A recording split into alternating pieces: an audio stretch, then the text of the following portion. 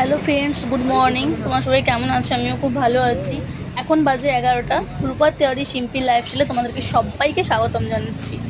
তো তোমাদেরকে একটা কথা বলার, অযথা একদম বাইরে বেরোবে না। যতটুকু না দরকার হবে ততটুকু একদম বাইরে বেরোবে না। যতটুকু দরকার ততটুকুই বেরোবে। এত বিভৎস গরম, বাইরে একদম টেকে থাকা যাচ্ছে না। ভীষণ গরম গরম। তোমরা সবাই সাবধানে থাকবে। একটা কথা তোমাদেরকে শেয়ার করার ছিল।